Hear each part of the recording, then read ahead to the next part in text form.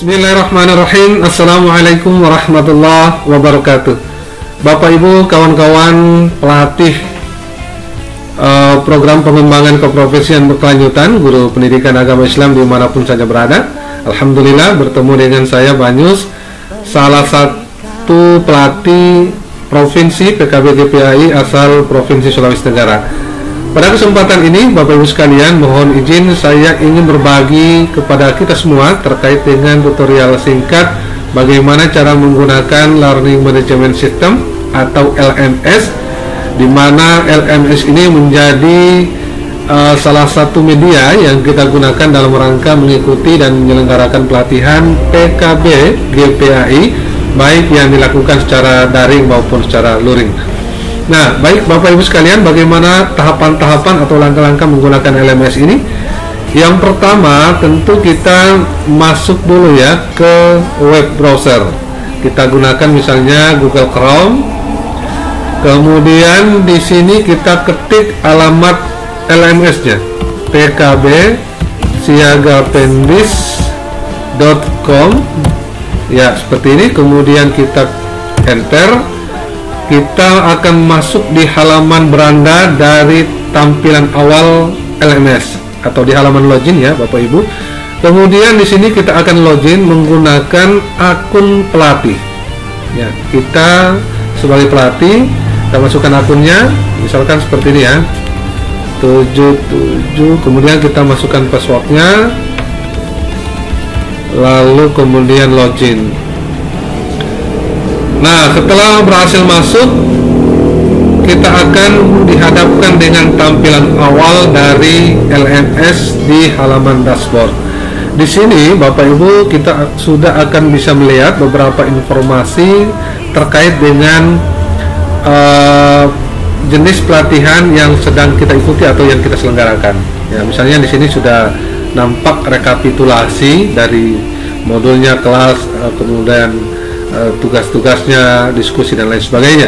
Di bagian atas di sini juga kita bisa melihat ada beberapa menu, ada dashboard, kelas, modul, chat dan lain sebagainya.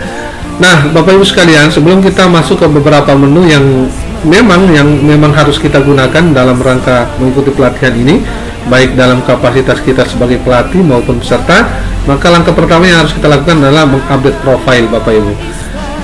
Caranya adalah klik lihat profil. Kemudian di sini kita isi semua data yang memang masih kurang, ya, terutama dalam rangka menggunakan foto profil. Ini ada aturannya ya Bapak Ibu, kita hanya bisa mengupload foto dengan maksimal ukuran 250 KB. Kalau ini semua sudah terisi dengan benar tentunya, maka tinggal kita klik save change, ya. Akan ada notifikasi berhasil, ya, seperti ini. Lalu kemudian berikutnya adalah Bapak Ibu, kita perhatikan di sebelah kanan ini ada beberapa daftar menu, mulai dari kontrak pelajar sampai review peserta. Nih ya. Dari beberapa menu ini, yang menu utama yang akan kita gunakan baik dalam kapasitas kita sebagai pelatih maupun peserta, itu adalah kontrak pelajar, tugas, diskusi pelatih, dan diskusi Vicon. Nah, dalam kaitannya kita sebagai pelatih, maka ini kita akan mencoba membuka menu-menu ini dan melihat bagaimana cara menggunakannya. Kita mulai dari kontrak belajar, Bapak Ibu sekalian. Kita tinggal klik saja menunya seperti ini. Lalu kemudian di sini akan muncul kelas kita. Nah, bagaimana cara menambahkan kontraknya? Di bagian aksi ini, di sini ada update kontrak. Ini kita klik. Lalu kemudian kita akan masuk ke halaman di mana bisa kita menambahkan kontrak, ya, aturan-aturan. Saya contohkan misalnya di sini sudah saya siapkan aturan kontrak pelajar. Ya, ini kita akan masukkan ke dalam. Di sini kita akan buat, ya, seperti ini. Ini sudah kontraknya sudah jadi. Kemudian di sini juga Bapak Ibu kita bisa melampirkan file dengan ekstensi file PDF ukuran maksimal 500 KB dengan cara post file. Ya, ini kita coba juga. Kita akan mencoba mengupload file kontrak belajar di sini. Sudah saya siapkan juga ini. Ya, ini kontrak belajarnya kita. Nah, ini sudah masuk.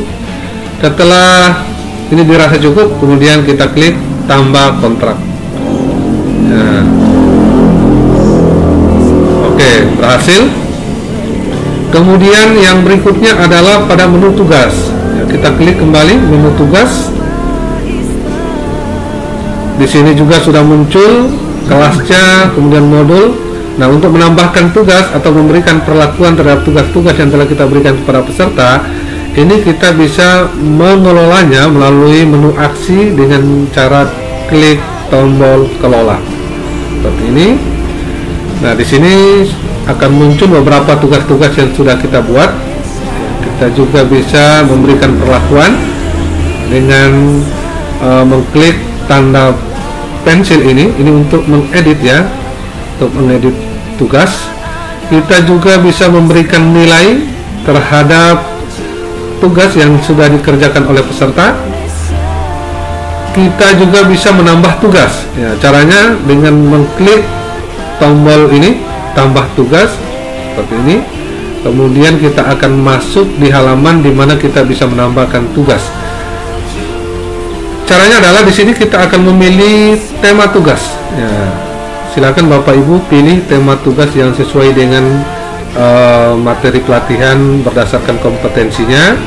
Kemudian di sini kita ketikkan instruksinya atau petunjuk pengerjaan daripada tugas yang dimaksud. Kita juga bisa melampirkan file dalam bentuk format PDF ukuran maksimal 1 GB terkait dengan bahan yang berkaitan dengan tugas yang peserta akan kerjakan. Di sini juga kita bisa menambahkan deadline-nya terkait dengan tanggal dan waktu batas penyetoran tugasnya. Seperti itu. Nah, kalau ini sudah dirasa cukup Bapak Ibu sekalian, maka kita tinggal klik tombol simpan, maka otomatis tugas yang kita buat itu akan masuk di bagian sini ya, seperti itu. Kemudian yang berikutnya Bapak Ibu sekalian adalah pada menu diskusi pelatih. Nah, ini kita tinggal klik saja diskusi pelatih menunya, kemudian sama dengan menu-menu yang sebelumnya yang lain. Di sini juga kita akan tampilkan kelas, modul, dan tombol aksi. Jika kita ingin menambahkan materi diskusi, maka ini kita klik tombol kelola seperti ini. Nah, ini adalah beberapa daftar materi yang diskusi yang sudah dibuat oleh pelatih. Kita juga bisa menambahkan ya Bapak Ibu dengan cara mengklik tambah diskusi ya, pada tombol ini kita klik. Nah, di sini kita akan mengisi ya. Yang pertama tema diskusinya tentang apa. Kemudian kita isi juga waktunya. Waktu diskusinya ini akan dimulai dari tanggal dan jam berapa dan akan berakhir sampai tanggal dan jam berapa. Kita tinggal pilih saja tanggalnya Bapak Ibu. Kemudian berikutnya di sini di instruksi kita bisa mengetikkan atau mengisinya dengan instruksi atau petunjuk terkait dengan apa yang akan kita diskusikan. Kita juga bisa melampirkan file dalam bentuk file PDF maksimal ukuran 1 MB ya. Kita bisa memasukkan di sini file diskusinya. Kemudian kalau di dalam diskusi ini kita akan menampilkan dalam bentuk video, kita juga bisa melampirkan URL-nya, alamat URL-nya.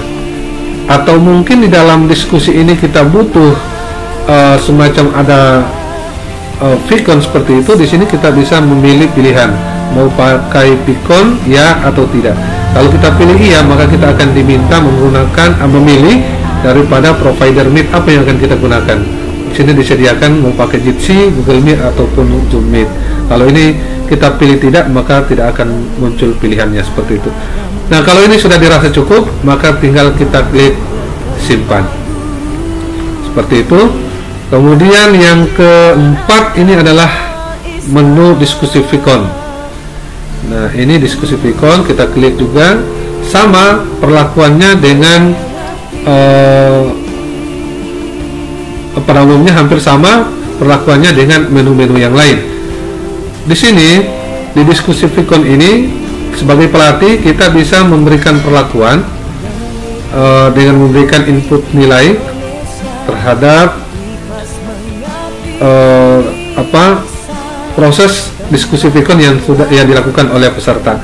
Kita juga bisa menambahkan di sini dengan mengklik tambah materi LMS seperti ini. Kita ketik materinya apa, kemudian kita pilih kelasnya. Nah, ini karena cuman kelas pedagogis 1 dalam contoh ini, maka pilihannya cuma 1. Kemudian kita pilih modul, tanggal mulainya jam berapa, selesainya sampai jam berapa, kemudian kita menggunakan provider apa. Kita menggunakan Jitsi, Zoom Meet atau Google Meet. Misalnya kita menggunakan Google Meet, tinggal kita klik Google Meet, kemudian kita paste di sini, kita ketik di sini alamat Google Meet yang akan kita gunakan. Seperti itu. Setelah selesai semua lengkap diisi, kemudian kita klik simpan. Seperti itu Bapak Ibu sekalian terkait dengan penjelasan singkat mengenai menu-menu yang akan kita gunakan dalam rangka melaksanakan pelatihan PKB GPAI. Dari semua menu yang ada di LMS ini, memang secara umum 4 menu inilah menu utama ini yang akan kita banyak gunakan berinteraksi dengan teman-teman peserta. Saya kira seperti itu Bapak Ibu sekalian. Mohon maaf jika penjelasan ini atau tutorial singkat ini sangat singkat sekali dan mungkin belum lengkap terkait dengan bagaimana penggunaan LMS secara maksimal. Oleh karena itu mohon saran dan kritik dari kawan-kawan pelatih semua, sehingga ini bisa menjadi pembelajaran kita dalam rangka mengeksplor lebih banyak lagi, memaksimalkan penggunaan LMS ini. Saya kira seperti itu. Terima kasih atas perhatiannya. Billahi taufiq wal hidayah. Assalamualaikum warahmatullahi wabarakatuh.